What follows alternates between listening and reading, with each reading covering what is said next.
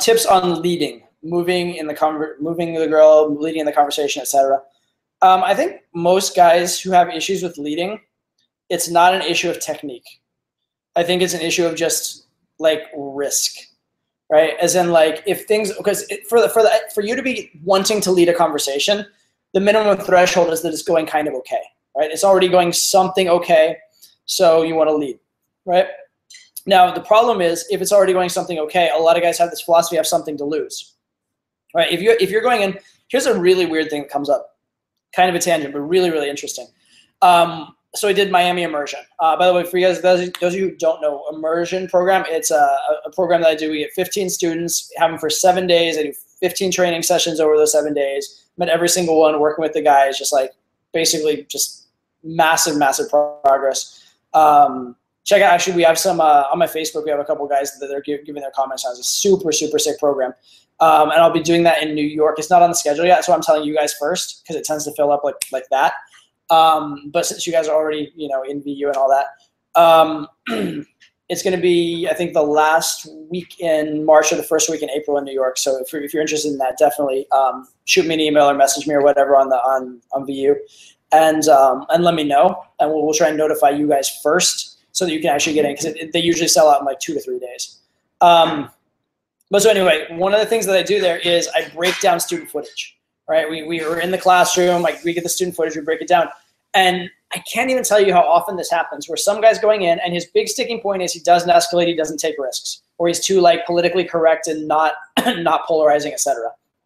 And then as soon as the girl says, I have a boyfriend, or as soon as he gets like a rejection on something that seems hopeless, all of a sudden his real personality comes out and he's more charismatic, he's joking around, he's taking risks. And then all of a sudden, the girl that rejected him sort of starts to like him, but he's already from this frame that he's already been rejected, and it's very hard to manage from there. And what I would like to see guys do is take that same attitude of I have nothing to lose, as in like I've already lost, I have nothing to lose, but just whatever it takes to get you that attitude, I have nothing to lose, and they're just putting themselves purely out there and putting themselves on steroids. It's crazy to see, because you literally see a guy that like 2 minutes ago when it mattered, had no game, and then as soon as it doesn't matter, he's like expert, like 10 out of 10 game. We're like, holy shit, that's funnier than I would have been. And it's pretty crazy. It is pretty crazy. So, excuse me. So what I recommend in terms of leading and escalation and those kind of things, there are a lot of technical things, but the biggest thing is attitude. I want you to treat it like you have nothing to girl. She doesn't owe you anything. You haven't earned anything. You haven't gotten anywhere. All you have is attention, right? All you have is her attention. And actually the way you lose that is by doing like not taking risks. Okay, so you really, really, truly do have nothing to lose, and you need to treat it that way. You need to take those fucking risks. Because most guys, if you're even asking me the question, how do I lead? That means you're aware of the need to lead, which means you probably know the times when you haven't led, which means you fucking know when to lead.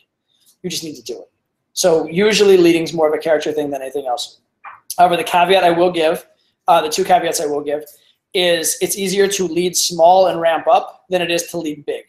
So it's easier to try for like a small move or a little thing for her to follow, and then if she says yes to that, go to the next and the next and the next, and increase it, or rather than going for like everything all at once. Same as like with physical escalation, right? It's easier to do a light touch, and if she responds positively, do a little more, than to be like, your first physical move is like trying to rape her in the street. I don't suggest that.